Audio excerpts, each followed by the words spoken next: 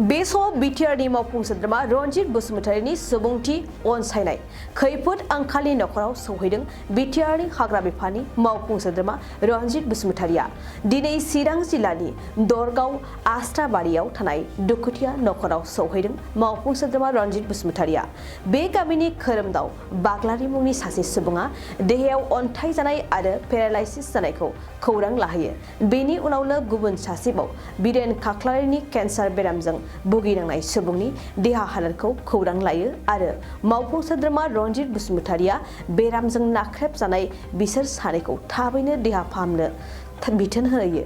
थारैनो मावफुं सोद्रोमा रनजित बसुमतारीया बिटिआर ओनसोलनि जौगाथायनि थाखाय खामानियाव मुखुब थानायजों लोगोसे बेरामि सुबुंफोरखौ अनसायनायनि फारसे गोसो होनायखौ नुनो मोनदों।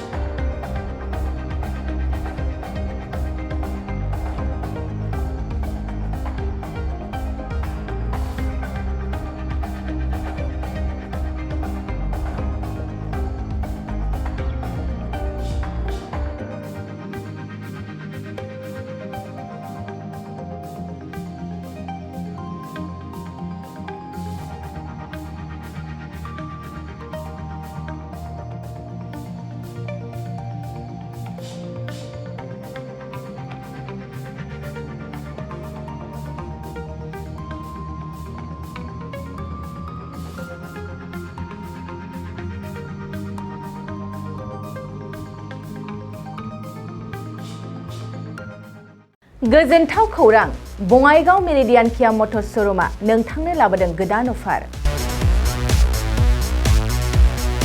मेरिडियान किया मटर्स श'रुमआव नोंथाङा खम बेसेनावनो किया कम्पानिनि गुबुन गुबुन मडेलनि गोदान गारिखौ लानो हागोन। बेनि अनगायैबो मिथिनो गोनां बाथ्राया बेनोदि किया कम्पानिनि 2022 मडेलनि गारिखौ गासै 40,000 रां रेहायाव मोननो हागोन। बेजों लोगोसेनो बे श'रुमाव जेखिजाया कम्पानिनि गोजाम गारिखौ सोलाय-सोल' खालामनोबो हागोन। दासान्दि बे अफारा सोलिगासिनो दं।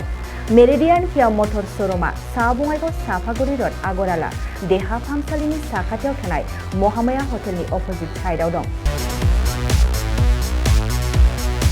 बे अफारखौ मोनफुंनो थाखाय नोंथाङा अनलाइनबो बुकिं खालामहरनो हागोन। लोगोसेनो गोबां मिथिनो थाखाय थोंजोङै 7099003414 नङाब्ला 8822790662 जानबुं अनजिमायाव जगाजग खालामहरनो हागोन आरो बङाइगाव मेरिडियान किया मटर्स श'रुमआव थांनानैबो नायनो हागोन।